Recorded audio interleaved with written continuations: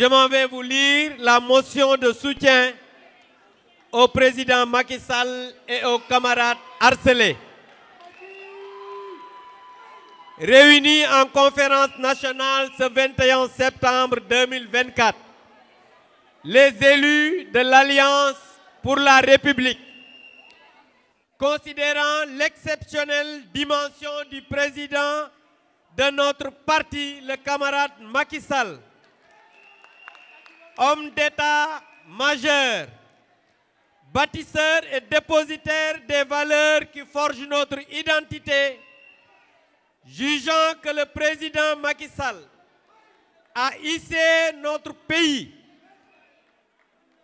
à un niveau jamais atteint dans notre histoire nationale, et ce, dans tous les secteurs d'activité,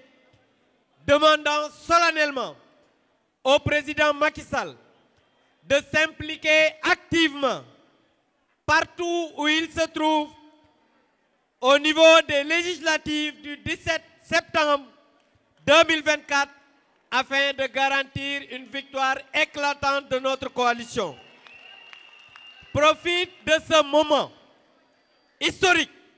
pour apporter leur soutien,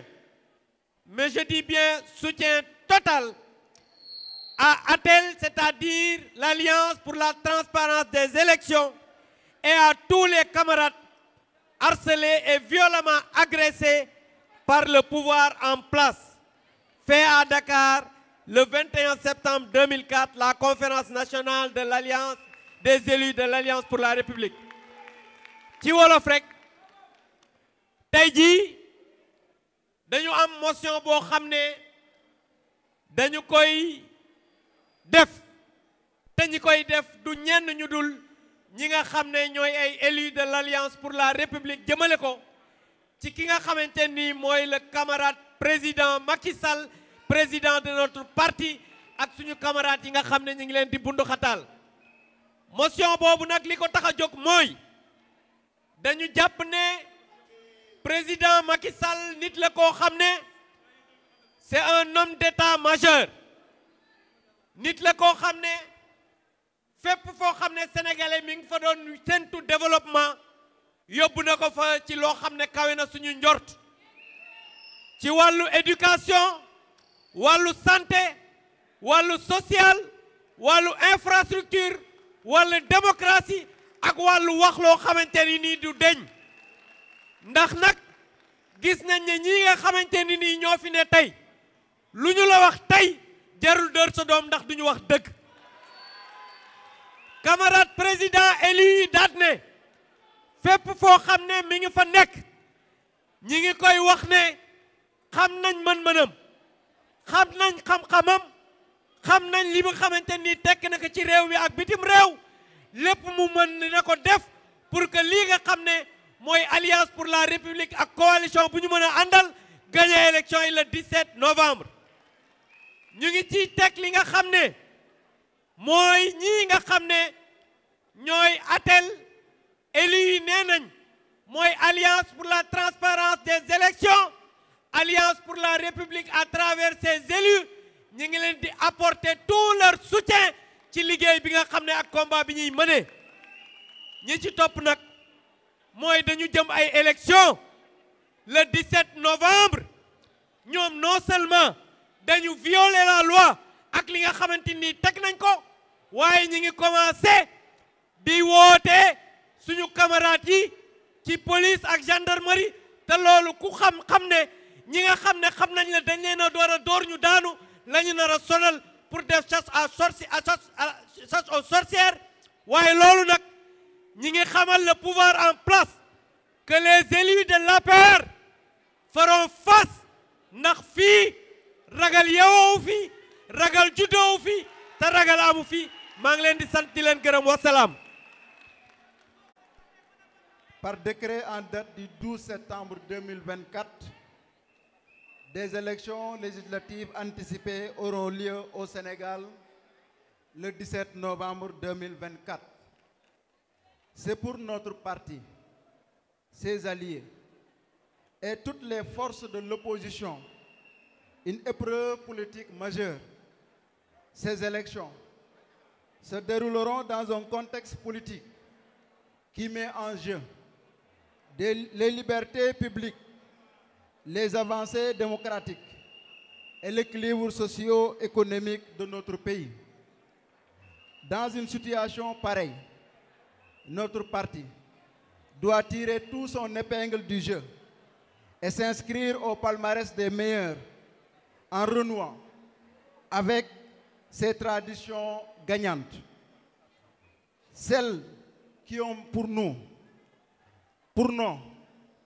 unité sincère dans nos rangs, donc dans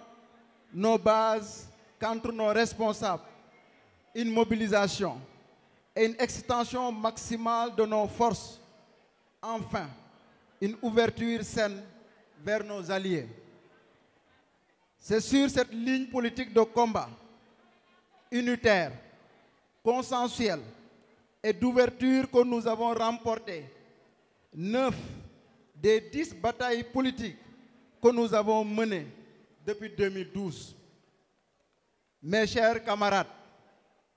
vous qui êtes partout au Sénégal, dans nos terroirs, nos territoires et dans la diaspora, êtes en même temps et surtout les piliers de notre parti et les vecteurs de nos victoires. C'est pour ces raisons que j'ai décidé d'organiser à partir du 22 septembre 2024 des missions dans les localités pour remobiliser le parti à la base, échanger avec les militants et les responsables sur les élections législatives du 17 novembre 2024, notamment sur le choix de leurs représentants à l'Assemblée nationale. Faire comprendre à tous que cette dynamique démocratique vise à responsabiliser les bases dans un élan unitaire, consensuel et serein. Faire du choix majoritaire le choix collectif, celui des localités. Faire accepter à tous qu'une absence de consensus ou de majorité clairement établie donne à la direction du parti le pouvoir de procéder à un arbitrage dont le résultat engage toute la localité. Mes chers camarades, en rompant avec les erreurs du passé, pour mieux nous appuyer sur les grandes valeurs qui forgent notre identité et garantissent nos victoires, notre parti sera en première ligne, aux côtés des autres forces de l'opposition, pour remporter une victoire historique le 17 novembre 2024. Il nous faut donc comprendre les enjeux de ces législatives, en faisant preuve de dépassement, de hauteur et de générosité au grand bénéfice du peuple sénégalais. Macky Sall, président de l'Alliance pour la République.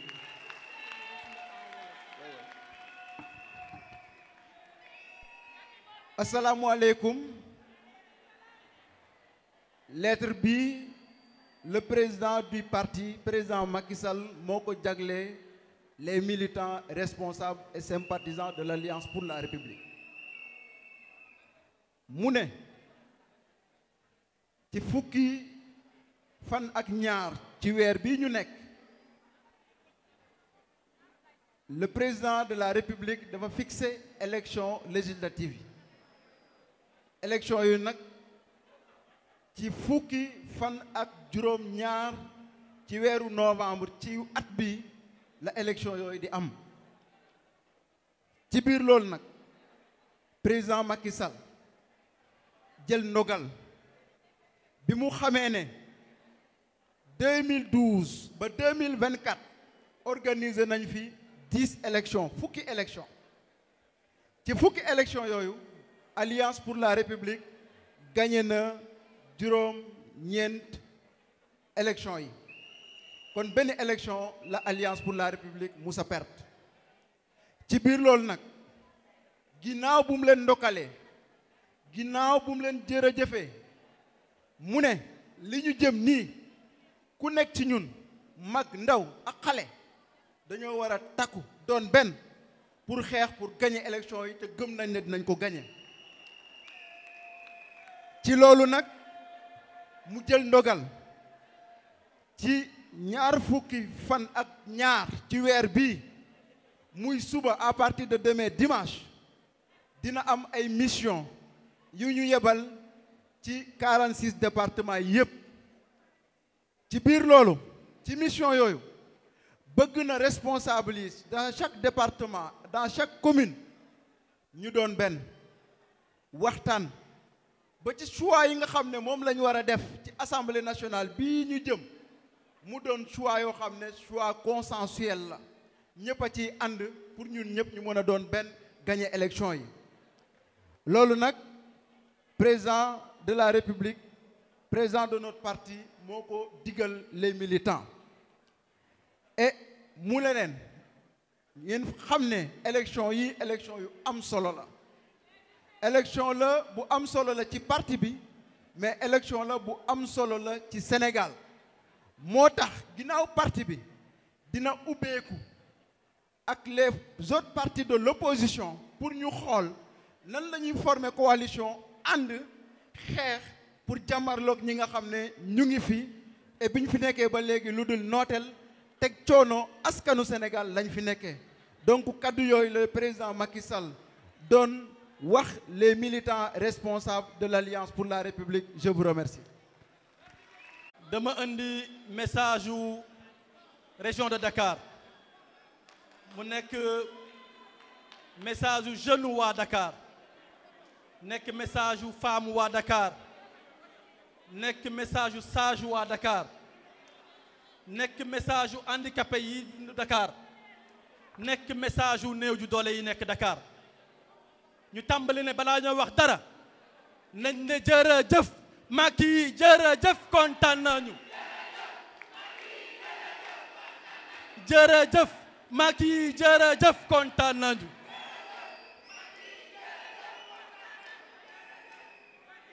ñu wax comme ni Macky Sall président Macky Sall kontaan nañu ci BRT bi ñu indil président Macky Sall waa région de Dakar kontaan nañ ci TER bi nga leen jox président Macky Sall waa région de Dakar kontaan nañu ci pont ak autopont yi nga leen jox président Macky Sall ñun waa banlieue bi kontaan nañu ci li ñu dimbali ci inondation yi ñu fi daan am président Macky Sall mouvement associatif ak sportif yi nee nañu kontaan nañu ci stade Abdoulaye Wade bi ñu jox kontaan nañu ci Dakar Arena bi ñu indil président Macky Sall ñi nga xam ne ay bénéficiaires de bourse de sécurité sociale lañu nee nañ kontaan nañu te réccu nañu la président Macky Sall ñi nga xam ne ay bénéficiaires de carte d'égalité des chances lañu nee nañu kontaan nañu te réccu nañu la président Macky Sall am na ku ko fi wax léegi namm nañu la ci kàddu gu néew ak jëf ju bëri waaye surtout namm nañu la ci loo wax def ko président Macky Sall ndaw ñi nga xam ne tey jii ñi nga gën a perdre yaakaar ñi ngi lay woowaat ni leen ñëwal nga toog suñu wet ndax lan ñu tàmmaloon defal ñu plan Sénégal émergent ba réew mi jël les rampes du décollage loolu lañ na mat ci réew mi loolu nag kase dama bëggoon xuus tuuti ci domaine bi nga xam ne man moom laa gën a miin ndax man inspecteur des impôts la ma bëggoon ñi nga xam ne ñoo yor réew mi ñu am benn devoir de sincérité ñu wax waa Sénégal ne leen biñ ñëwee ba léegi tele nañ ci wanew yoon li fi Macky Sall bàyyi woon la ñuy jéem a topp te mënuñu ko nañ wax waa Sénégal ne leen bañ demee conseil d'administration FMI pour ñu mën a jàllale dossier Sénégal li fi président Macky Sall bàyyi loolu lañ fa wane pour ñu mën a jàllale dossier Sénégal nañu wax waa Sénégal ne leen amuñu lu ñu proposé Sénégalais yi lu bees moo tax document de programmation budgétaire et économique pluriannuel bi fi Macky Sall bàyyi woon moom la ñuy doxee ba tey waaye nag dañ cey yokk ak cuune ndax nag kenn du Macky Sall Macky Sall fa mu naroon yokkee investissement yi ñoom dañoo wàññi investissement yi nar a def si réew mi fañ naroon a yokkee li nga xam ne moom moo jëm ci investissement yi ñoom fonctionnement bi la ñu yokk kon ñii bu ñu leen bàyyee suñu réew mi ci guuta la ñu indil li may woo nag appel à la jeunesse mooy jeunes yi am ngeen droit juum ngeen buum leen dalaat yéen a ko waxal seen bopp da ngeen a juumoon buum leen dalaat le 17 novembre juumte biñ defoon am nañ possibilité rectifier ko nañ ko rectifier buñ si kenn jiitu nañ jox majorité ñi nga xam ne ñoo mën su boobaa ñii nga xam ne ñi ngi yor réew mi tey jii guuta gi ñi nar a dugal du ñu si dugg ndaxte su boobaa ñun ñooy constituer gouvernement lañ fi tegoon ñu koy doxal loolu la ñuy wéylaat mooy plan Sénégal émergent Sénégal ci kaw Sénégal ci kanam jërë ngeen jëf. jërëjëf. ñu ngi nuyu ñëpp ñoo xam ni waa Alliance pour la République nekk Ziguinchor nekk Bignona nekk Oussouye maa ngi fii ak sama sœur Angélique ministre Angélique Manga ñu ngi am suñu frère Aubin bi nekk Bignona nañu rejoindre fii pour wax leen ni ñun Casamance rawatina bi région de Ziguinchor tey la ñu gën a taxaw pour Alliance pour la République dem kanam ne dalal na Macky Sall xam ne ñu fa nekkaloon dëmb ñu ngi fa tey bi ngi fa su ablasuba am na nag suñu camarade boo xam ne suñu responsable suñu kilifa nekk fii au niveau national ba léegi dama ne il faut mu ñëw di jàppale ñu couronné ñu muy Ablaye Badji ndaxte ci région boobu la jógee sëñ Ablaye il faut nous faire honneur d'être là ngeen gis ko Ablaye mu ngi fii lu ñuy wax mooy dañuy yóbbante suñu mbokk yi nee nañu président Macky Sall dina yónni ay commissaire nañ ne commissaire yi ñu ngi leen di xaar ñu ñëw ñu dal ki jàmm ndaxte ñun déggoo la ñuy fay def te dañuy liggéey ngir Alliance pour la République préparé wu pour le 17 novembre ndaxte xam ngeen lu tax ñoo ameel Macky Sall njukkal ñoo ameel Macky Sall président Macky Sall njukkal xam ngeen lu tax ñu wax leen ko tey boo ndekkee Ziguinchor di nga añee Saloum pont bi nekk Gambie pont diggante Saloum ak Bignona pont boobu nit yàgg nañu fanaan foofu moo taxit ñun duñu bay duñu toog duñu dellu ginnaaw te dinañu wax suñu mbokk yi nañu bay xel di fàttaliku ki Macky Sall jërëjëf te maa ngi leen di jox sama frère ak sama sœur ñu mun a gën a yaatal waxtaan bi.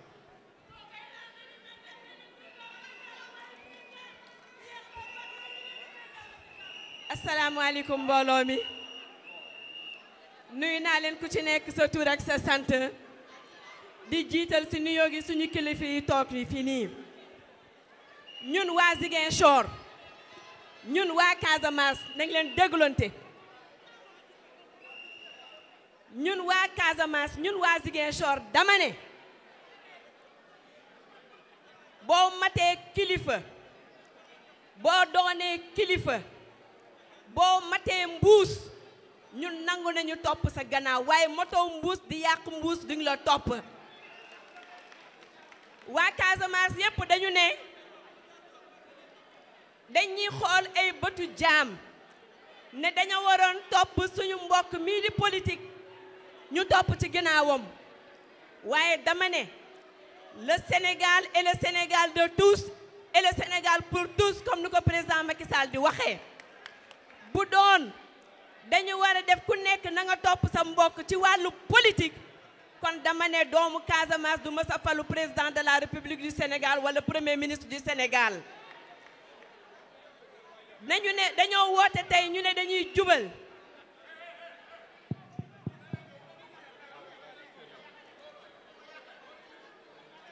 ku jub mooy jubanti waaye ku jubul mënoo jubanti Sénégal ndax dañu toll ci jamono ji nga xamante ne dañoo war a daganal ay fen mel na ni ci loolu la ñu toll te attention ndax mu neex mu naqari waa ji kenn yeewul ay tànkam kenn yeewul ay loxoom kenn fattul bëtoom ne ko jëbb demal Sweet Beauté moo fa demal boppam moo fa yóbbu boppam moo waaxu ñu ne ko lan moo fa demaat fa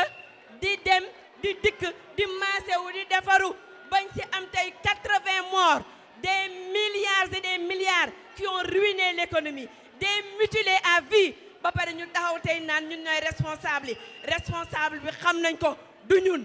et c'est la raison pour laquelle ñun dañu am président dañoo am kilifa ñun Casamance ne serait-ce que pour le pont de la Trans-Gambie on doit dire éternellement merci au président de la République. Parce que c'est ce pont-là qui a relié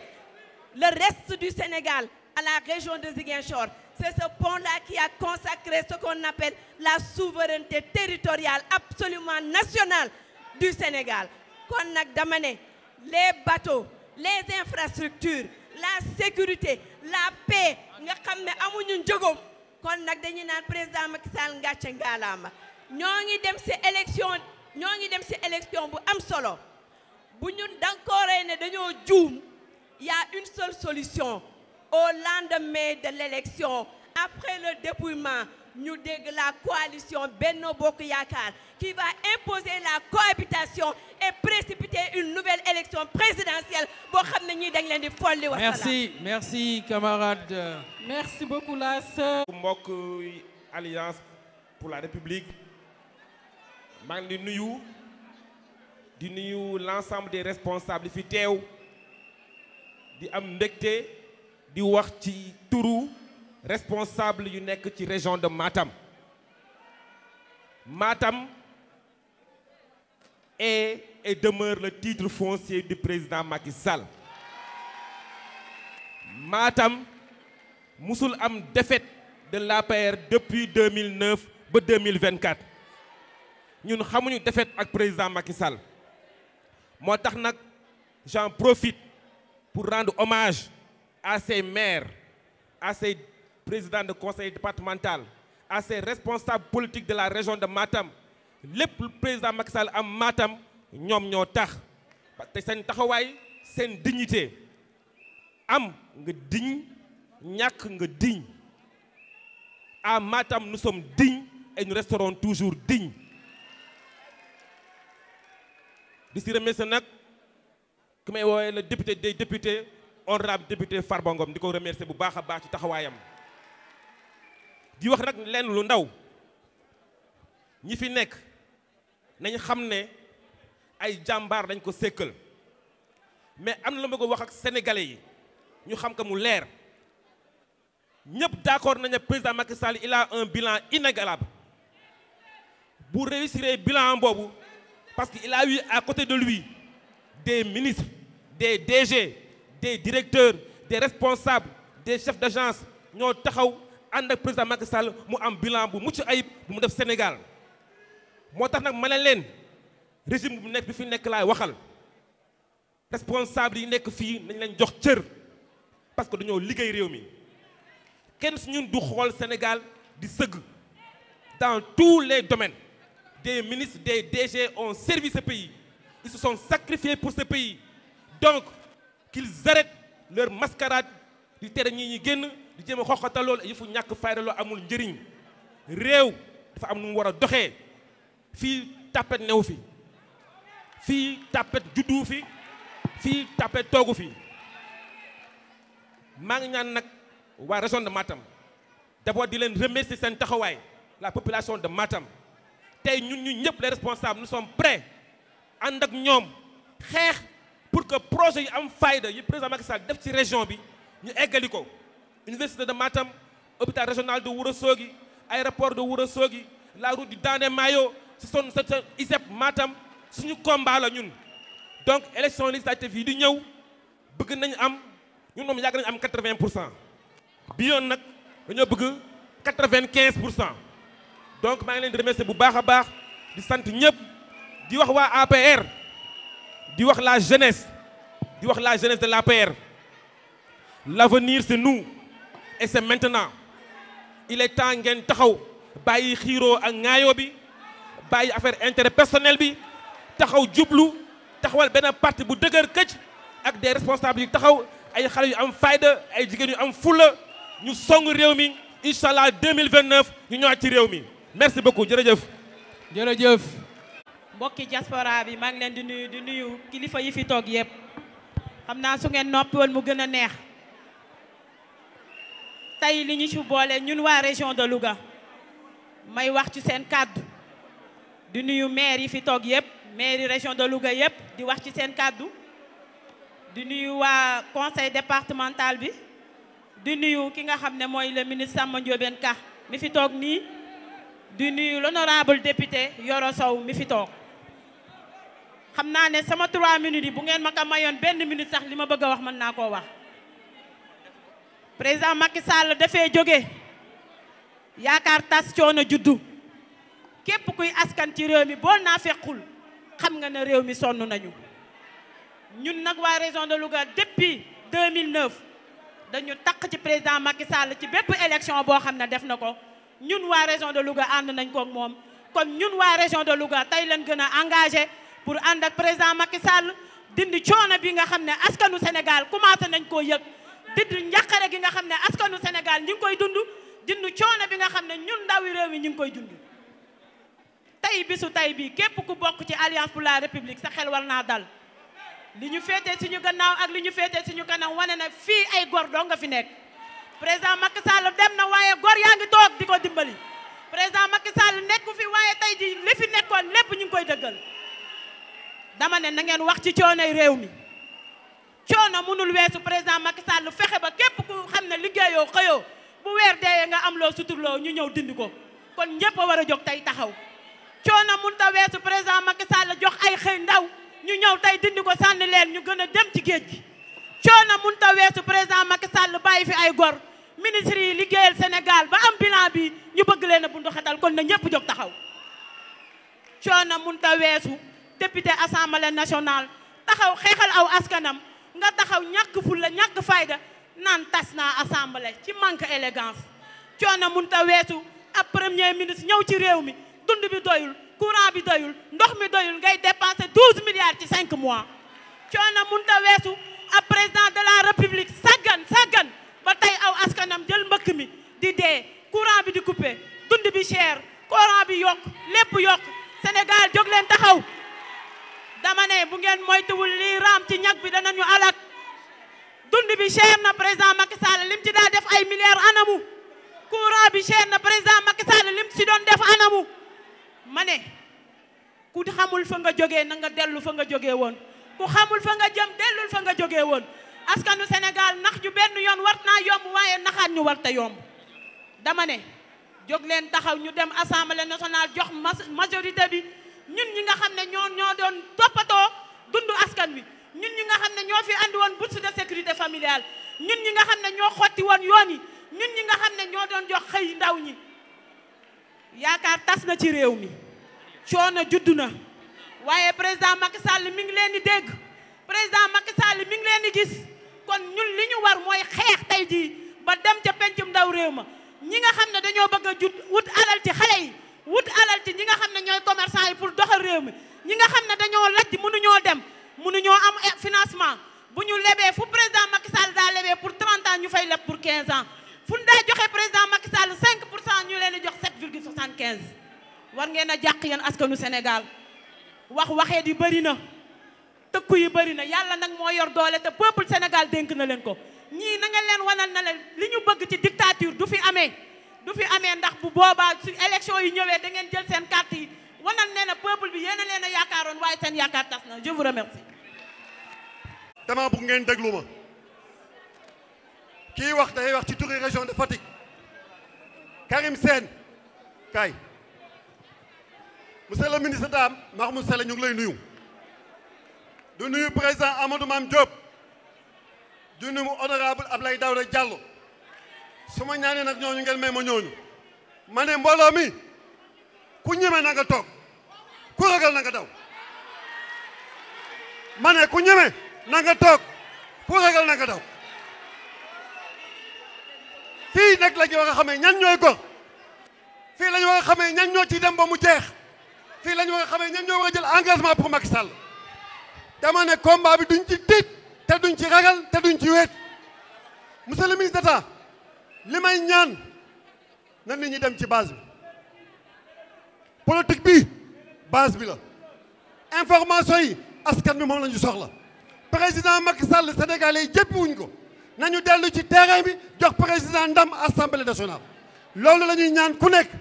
Karim Sène nekk député ci région de Fatick nekk maire bu Fimela Adama Bougounda Thior nekk député département Foundiougne Mame Fatou Ndiaye kon dañ lay wax 13 responsable yi nga xam ne ñoo nekk ay député ay haut conseil Mamou Ndariba ñoom ñëpp amul kenn ku des Aliou Diallo ñoom ñëpp koy na ñëw na ci région de Fatick si ngir collègue ak Macky Sall Abdoulaye Ndiaye Adama Bougounda Thior Abdoulaye Ndiaye mu ngi ni toog ñoom ñëpp amul kenn ku des su ma limee damay juum Gossas Fatick Foundiougne ñooy département bi nga xam te ñëw nañu ma ne président Macky Sall mosul ñàkk région de Fatick président Macky Sall moo ñu andil pont Nelson Mandela président Macky Sall moo ñu andil ndox mu neex président Macky Sall moo ñu andil matériel agricole président Macky Sall moo ñu andil bourse de sécurité familiale président Macky Sall moo ñu andil couverture maladie universelle amuñu benn président depuis indépendance Sénégal ak tey koo xam ne mos ngaa def loolu ma ne nañu jàkkaarloo ak suñu adversaire dañ koy affronter adversaire dañ koy jàkkaarloo adversaire dañ koy face à face nañu face ak suñu adversaire nañu bàyyi wax bi dem ci terrain bi jàkkaarloo ak suñu population ñu ngi ñaan nag département Foundiougne seen xel dal danañ waxtaan investir ci jàmm jàppale président Macky Sall maa ngi sant ñëpp ñu ñëw ak ñu ñëwul maa ngi sant ñëpp di gërëm ñëpp di ñaanal yàlla nag parti bi yàlla jëm kanam di wax nag li ñu soxla mooy président Macky Sall na ñëw jiite tête de liste bi Macky la ñu bëgg na Macky ñëw Macky la ñu soxla nañu investir Macky jërë ngeen jëf fas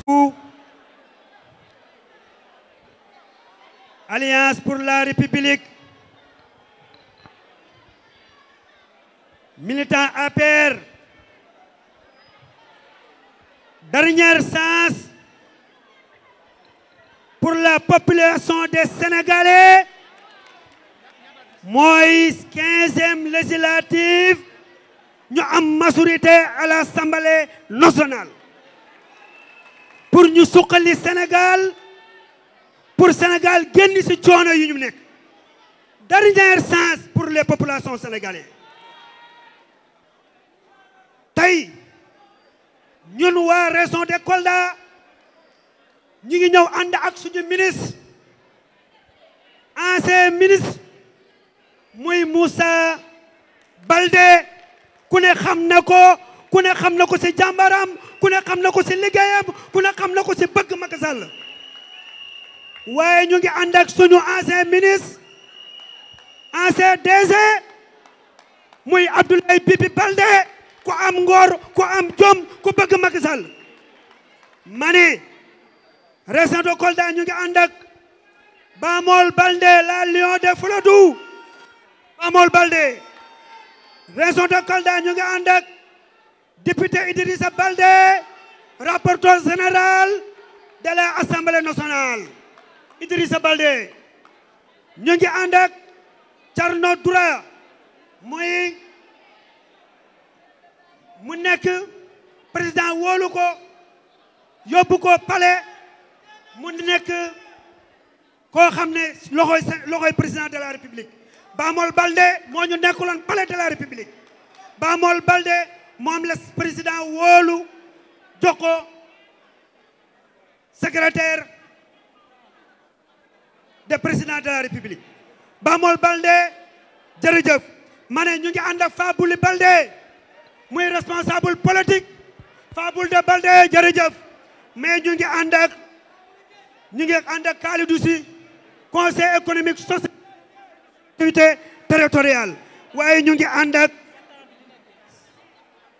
Assane Baldé conseil de collectivité territoriale ak Koumba Ndiaye député de l'Assemblée nationale ma ne dama wax ne ñun waa région de Kolda ñu ngi njëkk a gërëm président de la république si li tawoon Abdoulaye Abdou Diouf te Abdoulaye Wade ñëw Macky Sall réaliser ko muy pont Gambie muy pont boo xam ne boo gëmmee jàll boo gesoo jàll foo jaar jàll kenn teyetu ko ku bëgg a dem dem ku bëgg a dikki ku bëgg a naan ku bëgg a lekk waaw président de la république. merci beaucoup. ma ne daneen bi mooy li nga xam ne la paix de Casamance te na mboolem président bu fi nekk président de la république ñoom régler pas paix de Casamance ma ne ñaar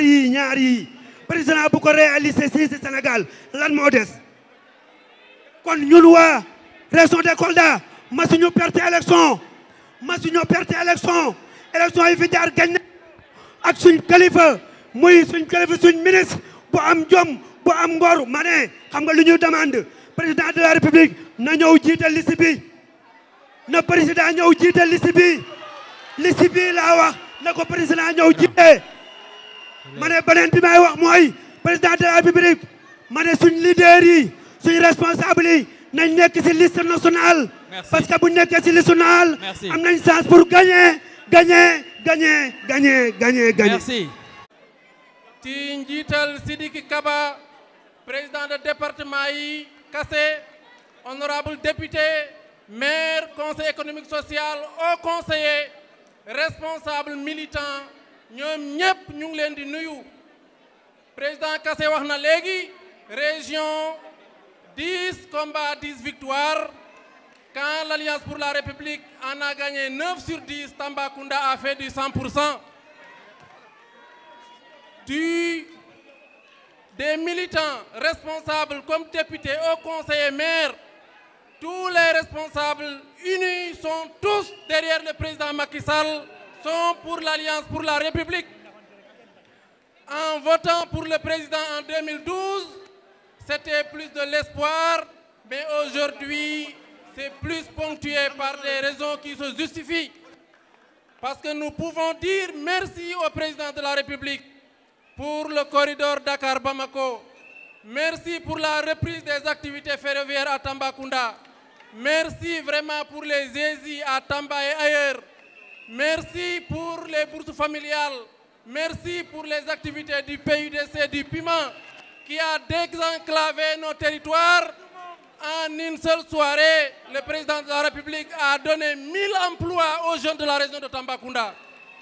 Donc c'est ça de l'équité, c'est ça de l'action du concret. Monsieur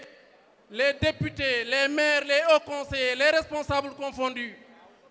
ces élections législatives, le Djoubanti doit commencer le 17 novembre 2024. Pourquoi? Parce que nous avons fait du Djoum qui nous a amenés dans le Djomi Diakhlé. C'est ça le Djoubanti. Donc, bu ñu juum ñaari yoon au soir du 17, nañu jëlaat les choses en main et c'est à notre portée. En ma qualité du coordinateur du réseau des jeunes maires, ana jeunes maires yi nañu jóg unis vraiment dem ñu gagner comme niñ ko defee au présidentiel. Parce que parmi les jeunes maires, 90% ont gagné même les présidentielles. Donc c'est possible qu'on le fasse. Donc di leen wax ne Tambacounda, Inch'Allah Rabbi, au soir du 17 novembre, les 7 sièges seront marron beige comme d'habitude. Inch'Allah Rabbi, parce que nous allons tous conjuguer nos efforts pour que l'on gagne, Inch'Allah Rabbi. Je vous remercie de votre attention. Appuyée à notre leader, Son Excellence le président Macky Sall, président de l'APR. Saluer également tous les responsables qui sont ici présents. Parce qu'aujourd'hui, quand on regarde la salle, dans cette situation, on est confiant, on est heureux. Des responsables qui sont ici présents, qui démontrent le leadership que nous voulons. Nous, la jeunesse du Sénégal. Là, aujourd'hui, je salue la population de la région de Kédougou. Une région que Macky Sall a fait énormément de choses. Aujourd'hui, tout est arrêté. On est oublié encore plus. Depuis 6 mois, la population de Kédougou souffre des inondations. La population souffre de toute la cherté des alimentations. La population de Kédougou, aujourd'hui, les orpailleurs payent des taxes supérieures à ce qu'ils gagnent. Ils en souffrent énormément. Voilà des honorables députés qui sont ici présents de Salémata, de Kédougou. Notre père, notre leader aussi, Opandiaï, qui est ici présent. Mais j'aimerais m'adresser à la population parce que ce n'est pas simplement les responsables. Depuis 6 mois, vous avez vu ce que nous avons vu. Ce que nous pouvons constater, c'est la cherté de l'alimentation. La vie devient de plus en plus impossible. Nous voyons également l'économie sénégalaise qui est totalement en déphasage de ce que le président Macky Sall a laissé. Ce que nous voyons aussi, c'est l'international qui n'a plus confiance au Sénégal. Parce que ce sont des gens qui ne sont pas à la hauteur des attentes des Sénégalais. Ce que nous voyons, c'est l'incompétence. Et cette incompétence, aujourd'hui, nous avons la possibilité de l'enlever. Ça veut dire quoi? Chère population sénégalaise, on s'est trompé, on s'est tous trompés. Et l'heure est arrivée pour rectifier cela. L'Assemblée nationale, la majorité absolue sera pour APR, Inch'Allah. Mi weltanike on miɗo salminon miɗo inna jama on fof mi weltike ko wonɗe yiide ɗo e ɗen andi hande sare nden satti ala ko nafata yimɓe ɓen hande ko ɓe woni wadde ko tampingol jama on e ɗum ɗon noon en foti arrêtude ɗum joni arrêtoɓe ɗum ɗon noon ko sénégalais ɓen et surtout la jeunesse sénégalaise.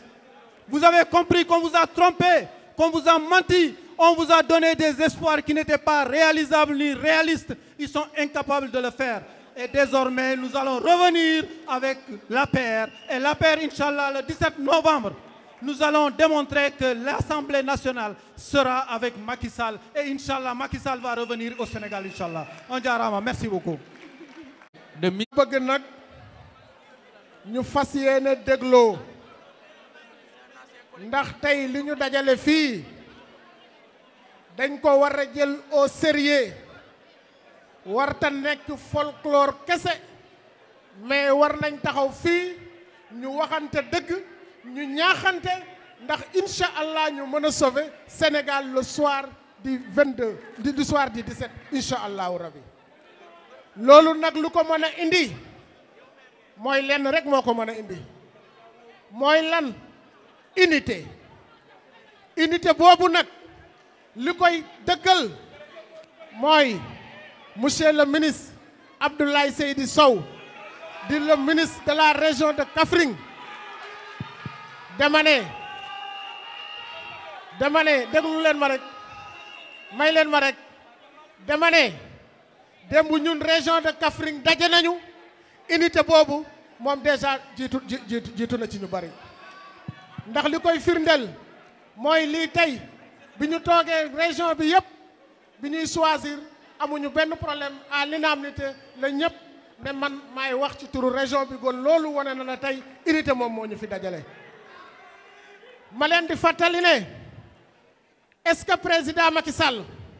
lim fi def ci ay hôpital président Macky Sall lim fi def Ila Touba président Macky Sall péage muy def mu jaar Fatick war a dem ba Kaolack muy xaar prolongé ko mu dem Tambacounda ma ne président de la République hôpital bi mu def Kaffrine ndax kooku tey mérité na ñàkk unité ndax président Macky Sall mérité na loolu. Le président Macky Sall ne mérite pas ça président Macky Sall lu mérité mooy man ak samay morom ak ñeneen man ku ma xam-xam ne tey tollu nañ foo xamante ne nii unité boobu fekk naa ci monsieur le ministre Abdoulaye Seydi Sow man de incha allah Koungheul su ma amoon 1000 nit am 50 te mu wóor ma ne sama 50 yi mën naa ko convaincre mu votel borom 50 danaa ko def pour ñu gagner incha allahu rabbi ci kattanu yàlla. parce que lu tax ma ne dañu am occasion may leen ma tuuti rek dama ne ñun dañu am occasion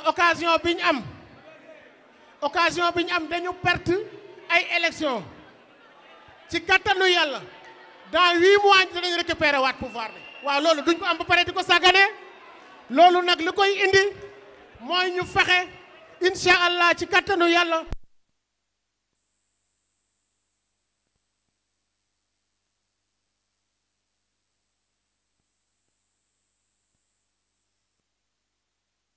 bëgg nag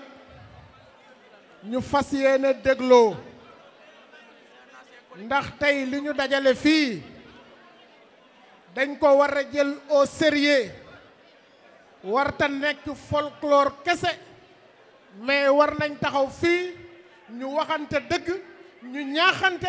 ndax incha allah ñu mën a sauver Sénégal le soir du 22 du soir du 17 incha allahu rabi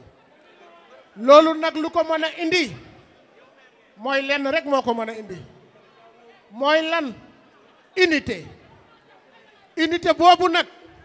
li koy dëggal mooy monsieur le ministre Abdoulaye Seydi Sow di le ministre de la région de Kaffrine dama ne déglu leen ma rek may leen ma rek dama ne démb ñun région de Kaffrine daje nañu unité boobu moom déjà jiitu na ci ñu bari ndax li koy firndeel mooy lii tey bi ñu toogee région bi yëpp bi ñuy choisir amuñu benn problème à l'unanimité la ñëpp ne man maay wax ci turu région bi kon loolu wane na tey unité moom moo ñu fi dajale. ma leen di fàttali ne est-ce que président Macky Sall lim fi def ci ay hôpital président Macky Sall lim fi def Ila Touba président Macky Sall péage muy def mu jaar Fatick war a dem ba Kaolack muy xaar prolongé ko mu dem Tambacounda ma ne président de la République hôpital bi mu def Kaffrine ndax kooku tey mérité na ñàkk unité ndax président Macky Sall mérité na loolu. Le président Macky Sall ne mérite pas ça président Macky Sall lu mérité mooy man ak samay morom ak ñeneen man ku ma xam-xam ne tey toll nañ foo xamante ne nii unité boobu fekk naa ci monsieur le ministre Abdoulaye Seydi Sow man de incha allah Koungheul su ma amoon 1000 nit am 50 te mu wóor ma ne sama 50 yi mën naa ko convaincre mu votel borom 50 danaa ko def pour ñu gagner incha allahu rabbi ci kattanu yàlla. parce que lu tax ma ne dañu am occasion may leen ma tuuti rek dama ne ñun dañu am occasion bi ñu am dañu perte ay élection ci kattanu yàlla dans 8 mois dinañ récupérer waat pouvoir bi waaw loolu duñ ko am ba pare di ko sàggane loolu nag li koy indi mooy ñu fexe incha allah ci kattanu yàlla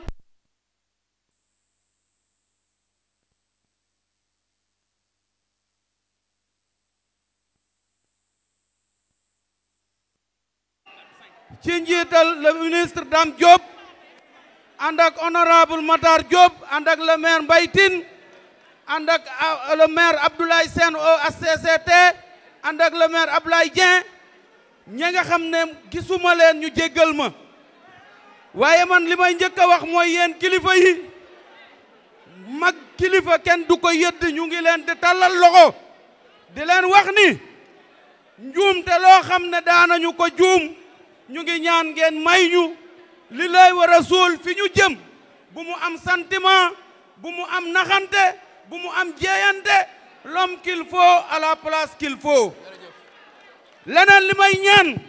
mooy ñi nga xamante ne nii mooy les ministres nga xamante ne kilifa lañ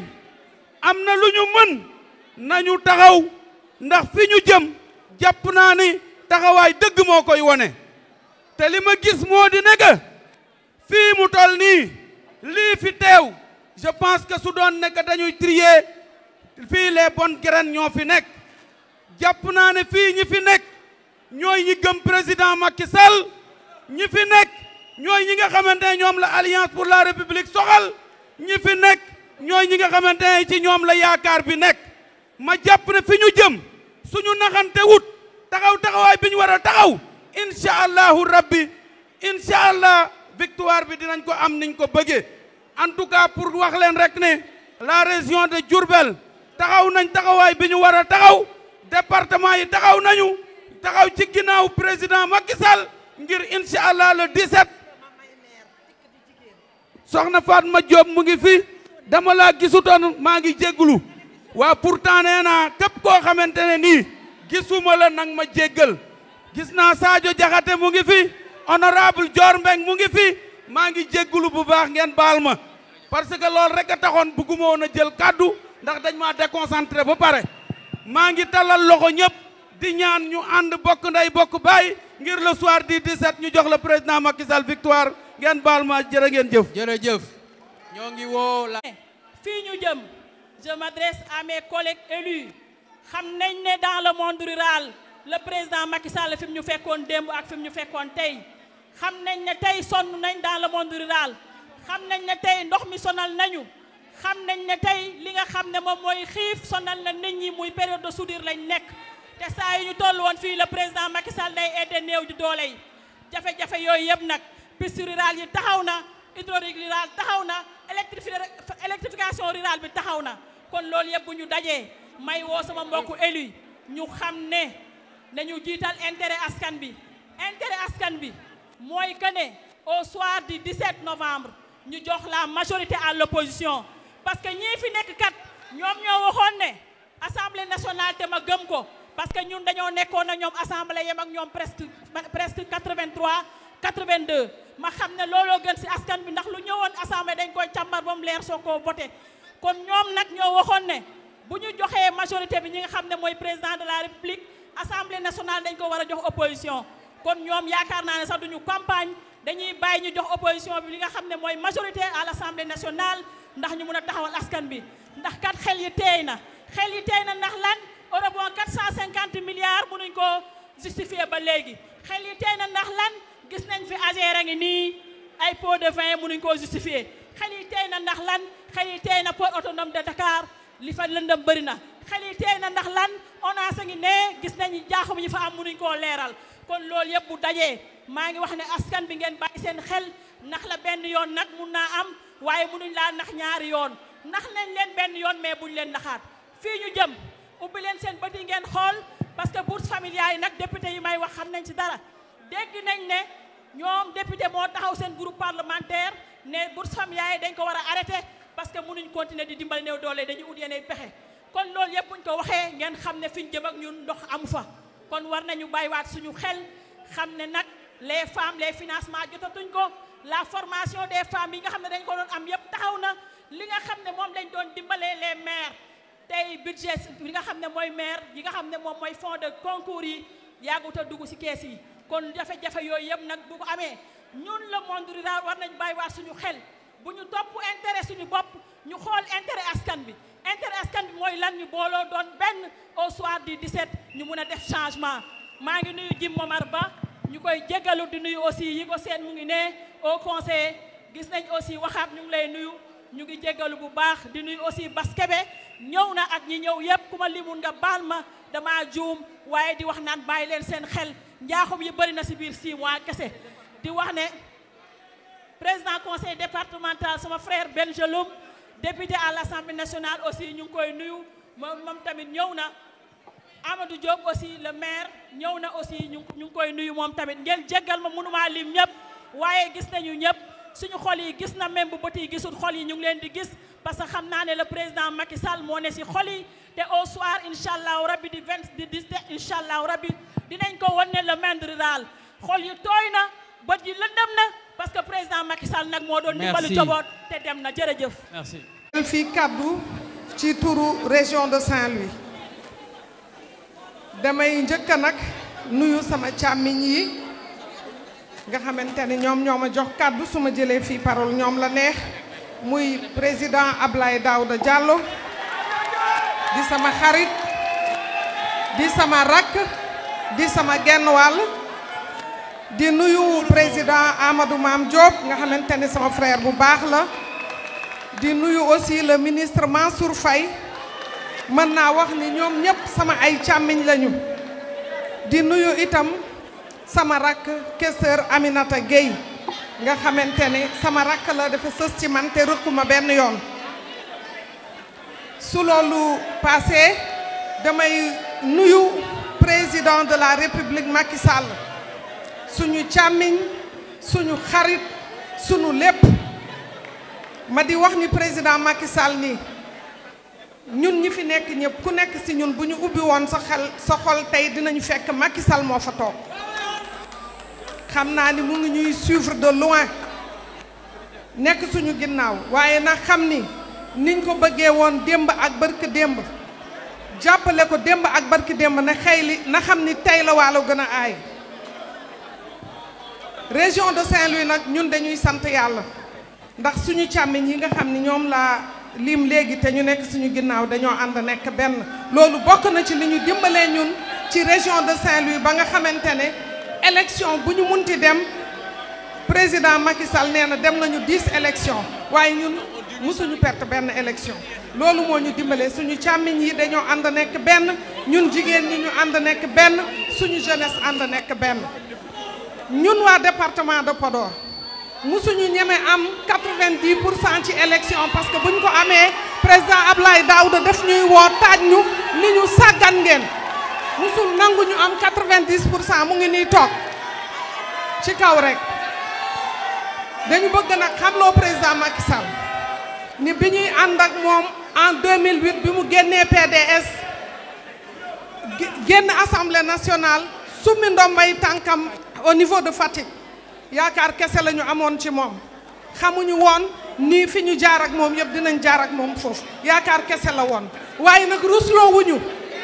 ndax la mu def ci région de Saint-Louis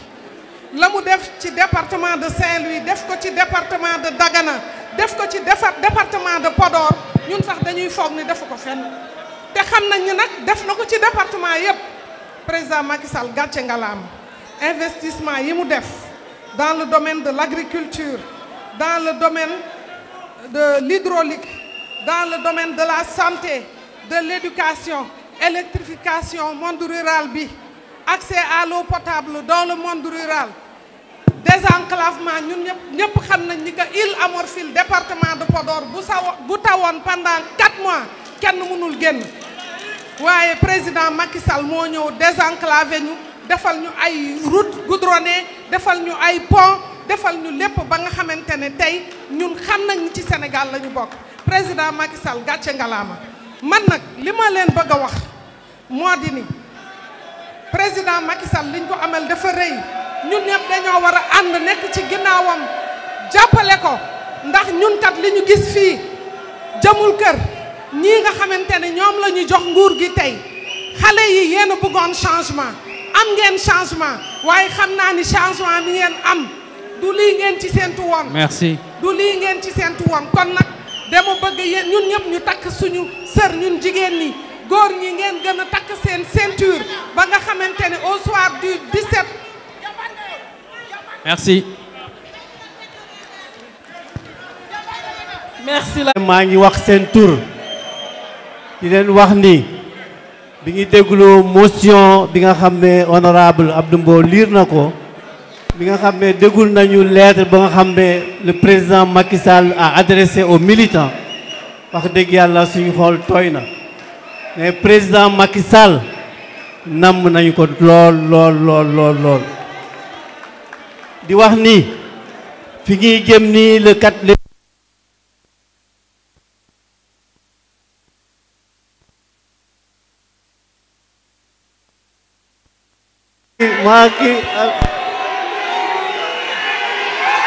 Merci monsieur le président nam nañu la région Sédhiou honorable député yëpp a ngi fi maire yi ngi fi merci monsieur le président nam nañu la lool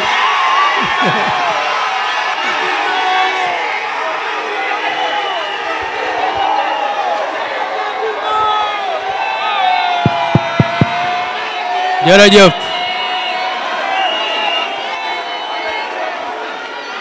ah oui.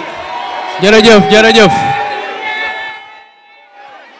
merci monsieur le président. jërëjëf.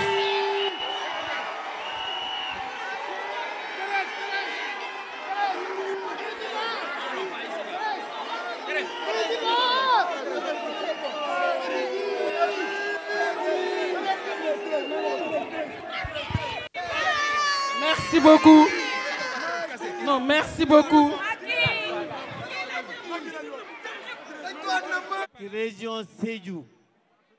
honorable député yëpp a ngi fi maire yi ngi ñëpp ngi fi au conseil ñoom ñëpp ñu fi tous les élus de la région de Sédhiou ñu ngi fii. Oui. Donc waaw maa ngi nuyu ma ko voilà ñoom ñëpp ñu ngi fii donc di wane ni président Macky Sall ñun dañu yaakaar ne Sédhiou rek mooy président Macky Sall parce que président Macky Sall li mu def Sédhiou mun nañ ko lim te du fekk suba du jeex mais mun nañ citer quelques exemples su ñu jëlee par exemple le pont de Marsassoum bu ñu jëlee balaa ñu jox foofu le pont de la Transgambienne bu ñu jëlee le lycée d'excellence boo xam ne inauguré nañ ko temps yi nag ñu dikki bàkku te nga xam ne président Macky Sall la ak lu bëre loo xam ne président li mu def Sédhiou defu ko beneen région donc ñu ngi xalaat beaucoup de budget bi nga xam ne dem commencé nañ ko arrêté nañ ko le pont de Témento boo xam ne waaw d'accord waaw d'accord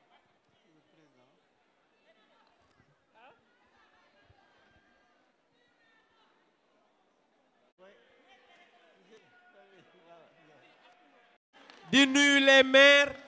di nuyu les présidents de conseils départementaux di nuyu les conseillers économiques sociaux et environnementaux di nuyu les hauts conseillers ak képp koo xamante ne nii conseiller municipal nga wala conseiller départemental wala nga nekk ci composante parti boo mën a doon.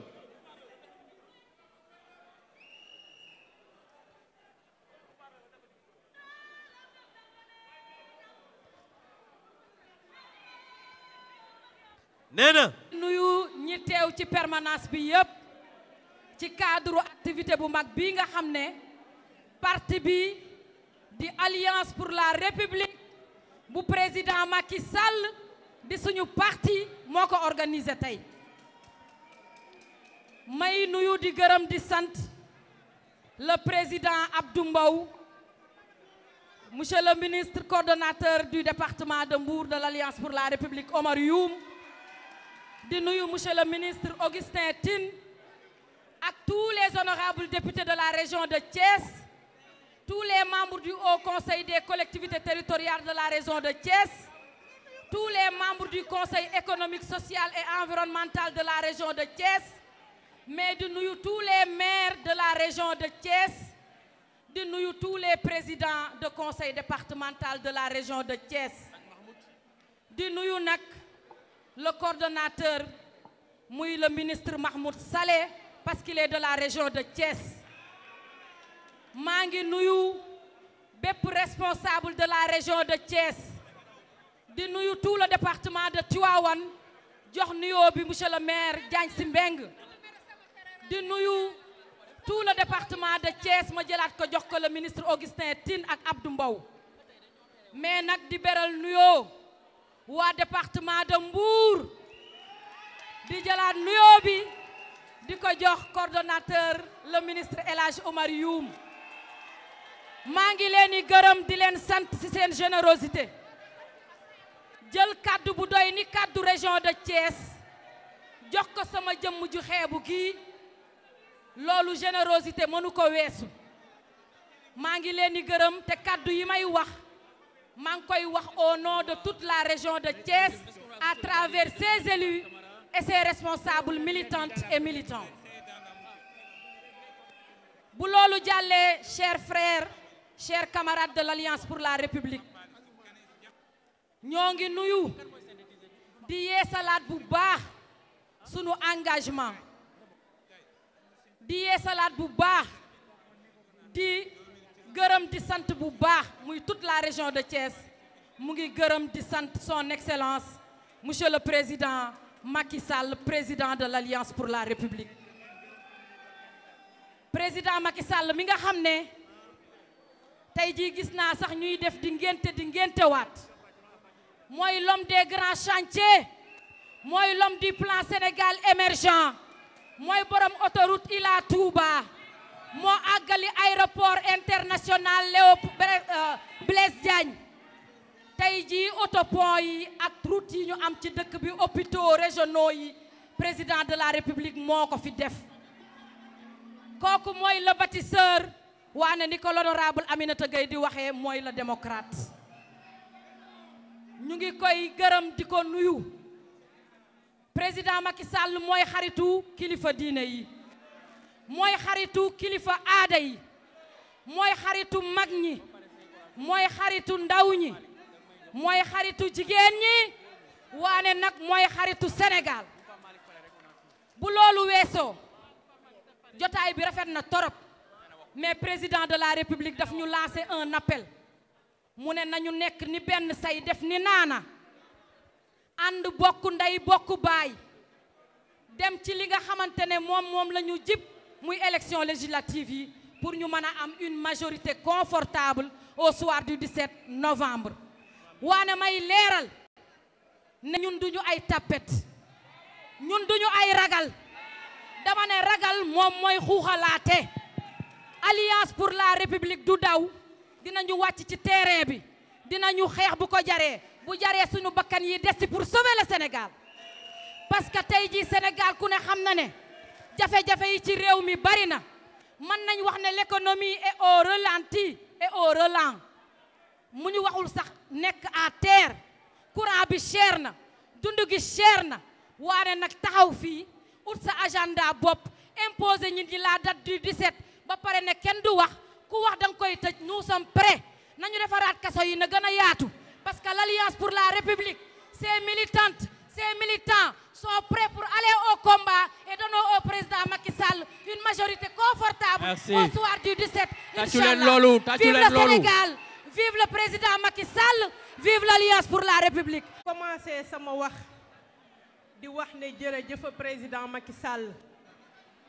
ci initiative bii nga xamante ni defal nañu ko ñun waa diaspora muy la 15e région 15e région bi nag ba ñu ko président Macky Sall defalee dañuy jaaraamal waa Afrique muy Afrique de l'Ouest ak Afrique centrale tey jii man Dial Sané du man rek maa fi toog ci député diaspora Aminata Ndaw bi nekk Bamako mu ngi nii toog di wax Ibrahima Sakho Gambie Soxna Ba Gabon Baran Fofana Congo di woo Koura Macky ca États-Unis kon ñooñu ñëpp ci diaspora bi lañ nekk di wax jaaraama président Macky Sall yéen waa diaspora Afrique war ngeen a mën a ñëw taxaw fii ci sama ginnaaw Baran Fofana ñëwal fii Birane Ibrahima Sakho Aminata Ndaw honorable Soxna Ba ñëw leen fii ñu sant président Macky Sall gërëm ko wanewaat nag suñu engagement ci Afrique waaye di wax waa diaspora da ngeen a juum comme diaspora bi nag am na ci yoo xamante ni bii dañoo juum ñu amoon 15e région tey ñu dese 5 députés damay lancer un appel ci diaspora bi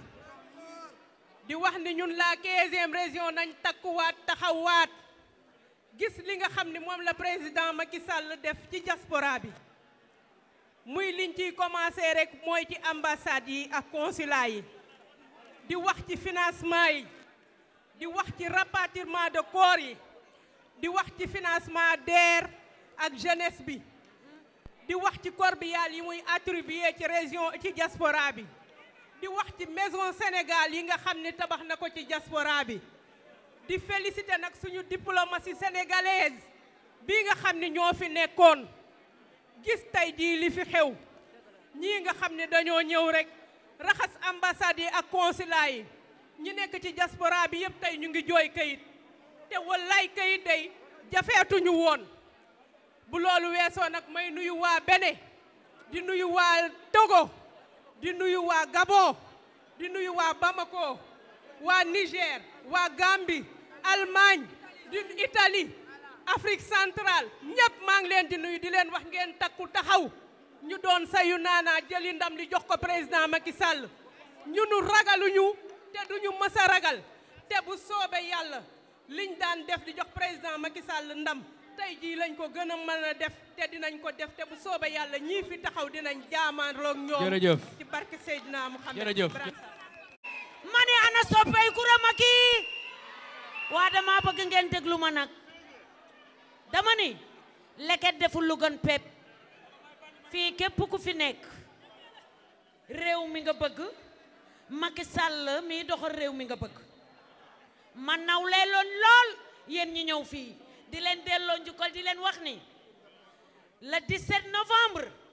maa ngi ñaan yàlla yal nañu fekk ñu am wér ak tal ak fekkee ba waa diaspora bi laa wax muy Amérique di Espagne di France di Angleterre di Italie waa Italie ngeen toog yéen diaspora bi da ngeen a juumoon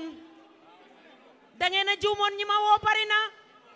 Macky Sall mooy benn président boo xam ni dañu ne waa diaspora bi ay milliards la ñuy dugal fii waaye Thérèse waa diaspora bi Macky Sall dafa jëlee fii ay milliards yóbbu ko lebal ñu ko muy fees madame Mbacké ay milliards ñu bari fay ñu waaye Macky Sall ne bàyyi leen kon ñi ngi ñaan yàlla képp ku nekk ci diaspora bi le 27 novembre du le 17 la woon fa woon ñëwaat leen seen kër ci ngeen bokk maa ngi ñaanal ñëpp jàmm. merci beaucoup. li Yonent bi alayhi salaatu wa salaam di sant Serigne Touba Khadimu Rasuul li nu indi tey fii nag kenn ku nekk xam na man Khadim Samb sama diggante ak président Macky Sall ndax man allié laa woon dama am mouvement bu tudd Lëngoor yor 70 000 membres waaye bi yàlla dogalee nag nguur gi ci jeex ci kattanu yàlla ci président Macky Sall ci laa dikk pour bokk ci APR jël mouvement Lëngoor dugal ko ànd ak président Macky Sall jusqu'à la mort président Macky Sall nag li mu bëgg mooy nañu àndandoo bokk ndey bokk baay joxante loxo tàccu yi neex na ambiance bi neex na waaye li ko ëpp solo mooy wàcc ci base bi kenn ku ne wax ak say bokk wax ak say militant ak say militante kenn ku ci nekk léegi yéene sa bopp nga yéene ko sa moroom ndax wax naa ni 45 départements yi ak 14 régions yi ku bañ a gis jëfi président Macky Sall soo jaaree ci jàll door a gis lu mu liggéey moo man ca hôpital ya président Sall moo man ca clinique ya moo man ca université ya këri diine ya moo ca man kenn ku ne gis na Ila Touba hôpital Khadimou Rassoul demal Kaffrine Tivaouane ci mujj barki démb kon campagne président Macky Sall lu yomb la ndax moom as gor la ab jullit la ku amoon jàmm la ku bëggoon jàmm kenn ku ci nekk ku mos a àndal ci àddina ling na la waxoon naa ko ni ko neex nga àndal dulu neex nga àndal dee kon maa ngi gërëm militant yi ak militante yi di gërëm nag sunu kilifa yii nga xam ni ñoonu jiite man musuma jënd carte APR dama amoon mouvement depuis 2013 mais bii parti bi daanoo ci laa dellu si waat woo ko ni ko léegi damay jënd carte APR jël mouvement bi seel ko APR ànd ak yéen liggéey te it su ma ko waxee war ngeen koo gëm ba nu àgg ca bu soobee yàlla. merci suñu grand Khadim Samb. Général, le 21 septembre 2024, la conférence des élus de l'Alliance pour la République s'est tenue à Dakar au siège national du parti. Convoquée par le président du parti, son Excellence, Monsieur le camarade Macky Sall, la conférence nationale a mobilisé des centaines d'élus de nos institutions locales, territoriales et nationales et a été élargie aux représentants des différentes structures du parti, tels que le mouvement des jeunes, le mouvement des femmes, le mouvement des cadres et le mouvement des étudiants, sans oublier le mouvement des enseignants, entre autres. Dans une exceptionnelle ferveur et un incomparable enthousiasme militant, les élus républicains ont chaleureusement accueilli le message du président du parti qui, sous forme d'une lettre circulaire et plus tard d'une déclaration publique, s'est adressé à l'ensemble de nos militants et de nos responsables. Poursuivant leurs travaux, présidés par le camarade Mahmoud Saleh, au nom du président Macky Sall, les élus de l'APR ont procédé à une profonde analyse de la situation de notre pays, au terme de laquelle ils tirent de nombreux enseignements. Pour les élus républicains que nous sommes, un violent processus politique est enclenché au Sénégal visant à détruire les fondamentaux structurants de notre état de droit, à piétiner les valeurs et principes de la République et à écraser toutes nos institutions républicaines. La dérive autoritaire qui s'emparent du pouvoir dépassent de simples arbitraires, des inacceptables arrestations comme celle de Bah Diakhaté, de Ahmed Suzanne Camara et du commissaire Keïta, entre autres. Elle est devenue aveugle, comme en atteste la mise en branle d'un arsenal judiciaire à travers l'installation du parquet financier, le jet en pâture de certains de nos camarades préposés à la guillotine avant procès et la mobilisation de magistrats du projet qui témoignent d'une seule vérité. Une justice aux ordres de Pastef, une justice politique est en passe d'être imposée au Sénégal. Dans le même temps, le nouveau régime affiche ostensiblement son incurie et ses faiblesses congénitales. Il a en effet plongé notre pays dans un marasme économique et dans une déchéance sociale inouïe. Enfin, après de multiples reniements, des engagements pris auprès des Sénégalais, s'embourbant dans ses mensonges grossiers permanents, le nouveau régime, futur ex-régime, à la limite du parjure, a fini par bloquer les institutions constitutionnelles et finalement a dissous l'Assemblée nationale. Pour les élus républicains, la crise politique, économique et sociale dans laquelle est plongé notre pays détourne de nombreux secteurs populaires d'un pouvoir renégat, usant de méthodes scélérates et dont le rêve d'installer une dictature au Sénégal explique sa violence structurelle et sa volonté de confisquer le suffrage des citoyens lors des prochaines élections législatives à travers une brutale manœuvre de contournement des prescriptions du Code consensuel de 1992. Toutefois, en dépit des lâches attaques, en dépit des menaces et du chantage, malgré les outrances et les outrages, en dépit même de notre défaite électorale du 24 mars 2024, notre parti, l'APR, tient debout et reste debout, tient bon et reste debout. Par ailleurs, appréciant à leur juste mesure les enjeux des élections législatives du 17 novembre 2024, les élus républicains entendent s'appuyer sur les fortes et brillantes recommandations du président du parti, le camarade Macky Sall, pour assumer la plénitude de leurs responsabilités, inscrivant leur engagement politique de terrain dans la trajectoire imprimée par le legs de notre première participation dans une élection lors des locales du 22 mars 2009. Les élus républicains entendent jouer un rôle décisif lors des législatives du 17 novembre 2024. Mieux encore, ils entendent faire gagner notre parti et ses alliés dans la majorité des localités du Sénégal et de la diaspora. Pour relever ce défi historique et politique de premier ordre, les élus républicains comptent mobiliser les militants et les sympathisants autour de la nécessité de battre le régime d'agression, de répression et de régression. Les élus républicains s'engagent par ailleurs à taire les querelles internes futiles, à faire preuve de hauteur et de dépassement afin que ce soit assuré la victoire au soir du 17 novembre 2024. Enfin, après s'être inclinés devant la mémoire des centaines de nos compatriotes engloutis dans l'Atlantique et la Méditerranée, les élus républicains ont une pensée pour les populations de Touba, assaillies par de terribles inondations et à qui ils apportent leur total soutien. Fait à Dakar le 21 septembre 2024, la conférence nationale des élus de l'Alliance pour la République. Par acclamation, par acclamation, cette résolution est adoptée. Donc, camarades, pour résumer en wolof, l'élu APR yi nga xamné ñoo mobilisé wu tay ñëw fi taxaw tem pour mëna taxaw askan bi ñu ngi jox dig dajé inshallah au soir du 17 novembre pour une éclatante victoire de la liste APR et de ses alliés. Je vous remercie.